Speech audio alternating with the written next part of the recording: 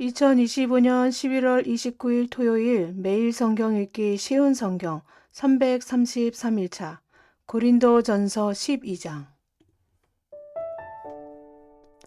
영적인 선물. 성도 여러분, 나는 여러분이 성령께서 주시는 선물들에 대해 모르기를 원치 않습니다. 여러분은 이방인으로 있었을 때 말도 못하는 우상의 이끌림을 받았다는 사실을 아실 것입니다. 그러므로 여러분에게 알려드릴 것이 있습니다. 하나님의 성령으로 말하는 사람은 예수님은 저주받은 사람이다 라고 말하지 않으며 성령을 통하지 않고는 예수님은 주님이시다 라고 말할 수 없습니다. 선물은 다양하지만 성령은 같은 성령이십니다. 섬기는 일은 다양하지만 주님은 같은 주님이십니다. 일하는 것은 여러 가지이지만 모든 사람 속에서 모든 일을 하시는 분은 같은 하나님이십니다. 성령께서 각 사람에게 나타나신 것은 공동의 이익을 얻게 하려는 것입니다. 어떤 이는 성령으로부터 지혜의 말씀을, 다른 사람은 동일한 성령에게서 지식의 말씀을 받았습니다. 또 어떤 사람은 같은 성령으로부터 믿음을, 다른 사람은 병 고치는 능력을, 다른 사람은 기적을 행할 수 있는 능력을, 또 다른 사람은 예언을, 다른 사람은 영들을 구별할 수 있는 능력을, 또 다른 사람들은 다양한 언어로 말할 수 있는 능력을, 어떤 사람은 그 언어들을 통역할 수 있는 선물을 받았습니다. 이 모든 일은 한 분이신 같은 성령께서 하시는 일입니다. 성령께서는 그분이 원하시는 대로 각 사람에게 이런 것들을 나누어 주십니다. 하나의 몸과 많은 지체. 몸은 하나이지만 많은 지체들이 있고 몸의 지체들이 많이 있지만 한 몸인 것처럼 그리스도도 그와 같습니다. 우리는 유대인이든지 그리스인이든지 종이든지 자유인이든지 모두 한 성령으로 세례를 받아 한 몸을 이루었고 모두 한 성령을 모시게 되었습니다. 몸은 하나의 지체가 아니라 많은 지체들로 이루어져 있습니다. 발이 나는 손이 아니므로 몸의 일부가 아니다 라고 말한다고 해서 발이 몸의 일부분이 아니라고 하겠습니까? 귀가 나는 눈이 아니므로 몸의 일부가 아니다 라고 말한다고 해서 몸의 일부분이 아니라고 하겠습니까? 온몸이 눈이라면 어떻게 듣겠습니까? 온몸이 귀라면 어떻게 냄새를 맡겠습니까? 그러나 사실 하나님께서는 그분이 원하시는 대로 몸 안에 각각 다른 기능을 하는 여러 지체를 두셨습니다. 모든 것이 하나의 지체뿐이라면 몸은 어디 있겠습니까? 그러나 지금 그런 것처럼 지체는 많아도 몸은 하나입니다. 눈이 손에게 너는 내게 필요 없어 라고 할 수 없으며 머리가 발에게 너는 내게 쓸데없어 라고 말할 수 없습니다. 이와는 반대로 몸에서 더 약해 보이는 부분이 오히려 요긴하며 몸에서 고귀하지 못하다고 생각하는 지체를 우리는 더욱 고귀하게 대하고 볼품없는 부분들을 더 품위 있게 꾸밉니다. 반면에 우리 몸 중에서 아름다워 보이는 부분들은 특별히 그럴 필요가 없습니다. 하나님께서는 몸의 지체들을 함께 모아 부족한 지체들에게 더욱 큰 영광을 주셨습니다.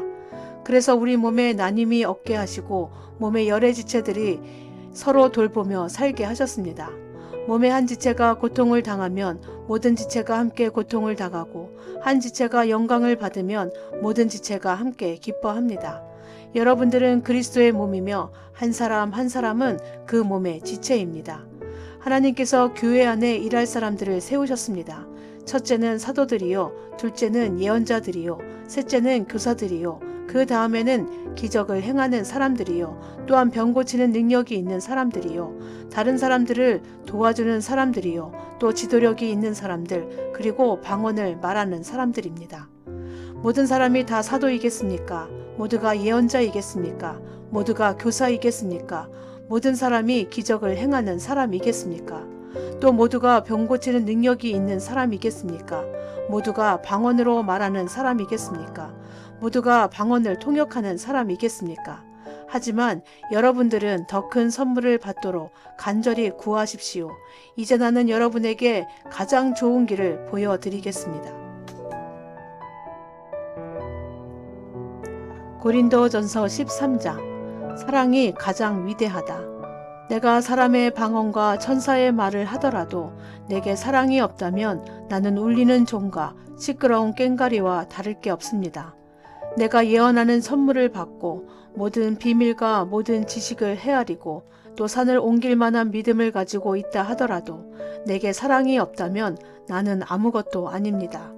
내가 내 모든 재산을 나누어 주고 내 몸을 불사르게 내어준다 하더라도 사랑이 없으면 내가 얻는 것은 아무것도 없습니다.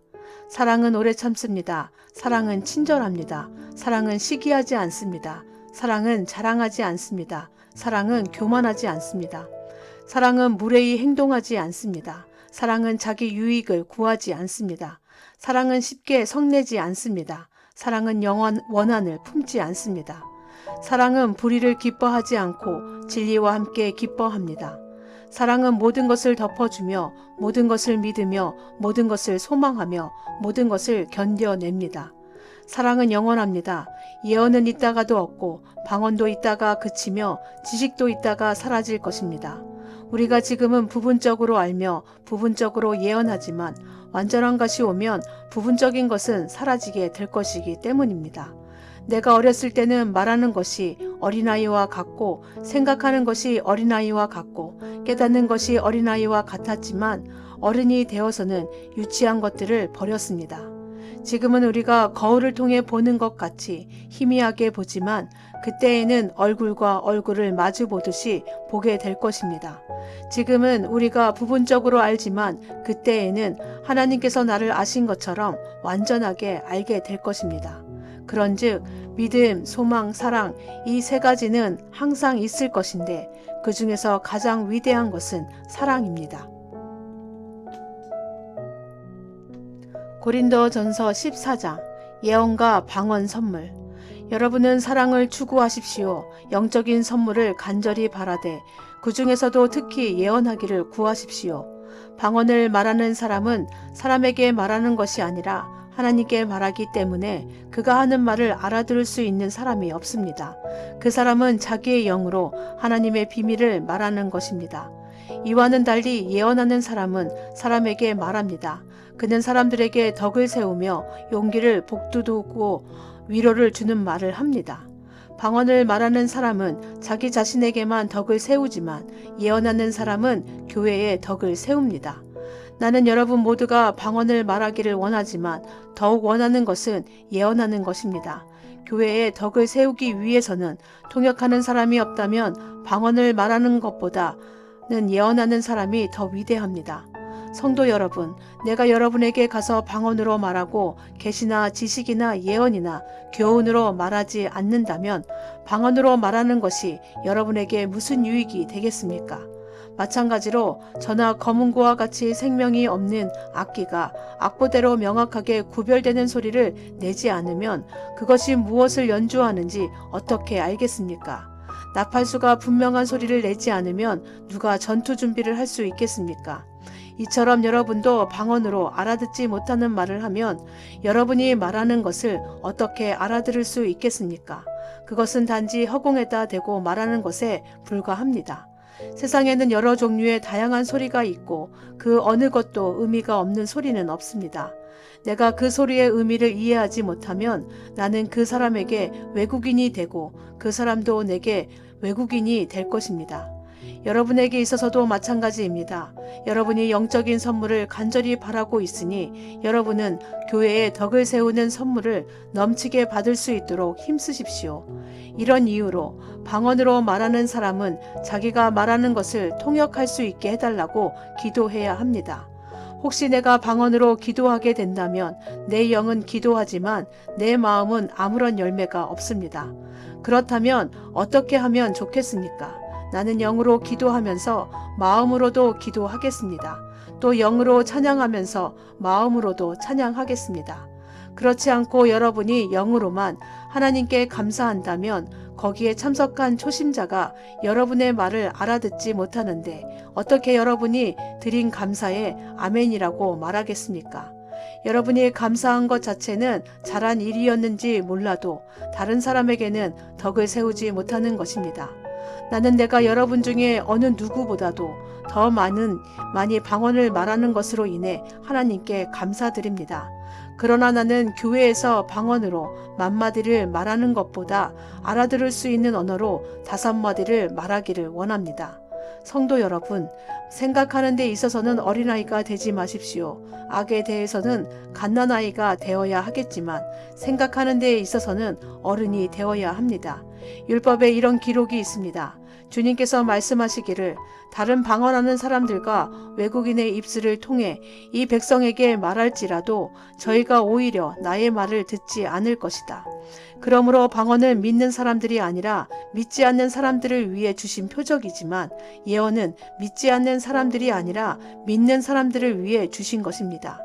만일 모든 교회가 한자리에 모여서 저마다 방언으로 말한다면 깨달음이 적은 사람이나 믿지 않는 사람이 교회에 들어와서는 여러분을 정신 나갔다고 하지 않겠습니까?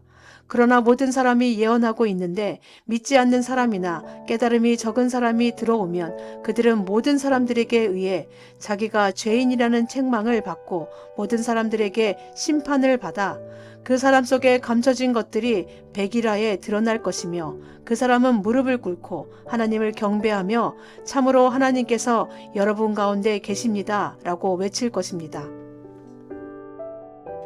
교회 안에서 질서대로 행하기. 성도 여러분, 어떻게 하면 좋겠습니까?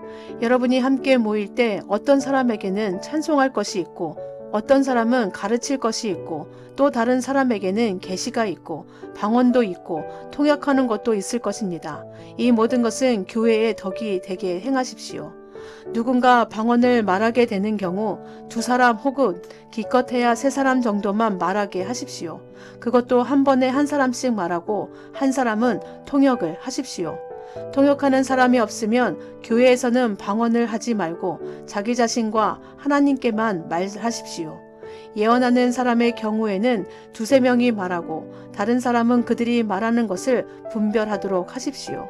그러나 만일 앉아있는 다른 사람에게 계시가 내리면 먼저 예언하던 사람은 예언을 그쳐야 합니다. 이래야 여러분 모두가 차례대로 예언할 수 있게 되어 모든 사람들이 교훈과 격려를 받게 됩니다. 예언자들의 영은 예언자들의 자기 절제에 의해 통제를 받습니다. 하나님은 무질서의 하나님이 아니라 평화의 하나님이십니다. 성도들의 모든 교회에서 그렇게 하듯이 여자는 교회에서 말없이 있어야 합니다. 여자들이 말하는 것은 허락되지 않았습니다. 율법에서 말하듯이 여자들은 복종해야 합니다. 혹시 배우고 싶은 것이 있으면 집에서 자기 남편들에게 물어보십시오. 여자가 교회에서 말하는 것은 여자 자신에게 부끄러운 일입니다. 하나님의 말씀이 여러분에게서 나왔습니까? 아니면 하나님의 말씀이 여러분에게만 내렸습니까? 누구든지 자기를 예언자나 영적인 선물을 받은 자로 생각하는 사람이 있으면 내가 여러분에게 쓴 것이 주님의 계명이라는 것을 명심하십시오. 이러한 사실을 인정하지 않는 사람은 자신도 인정받지 못할 것입니다. 그러므로 나의 성도 여러분, 예언하기를 간절히 바라십시오. 그리고 방언으로 말하는 것을 막지 마십시오. 다만 모든 것을 적당하게 하고 질서 있게 하십시오. 아멘.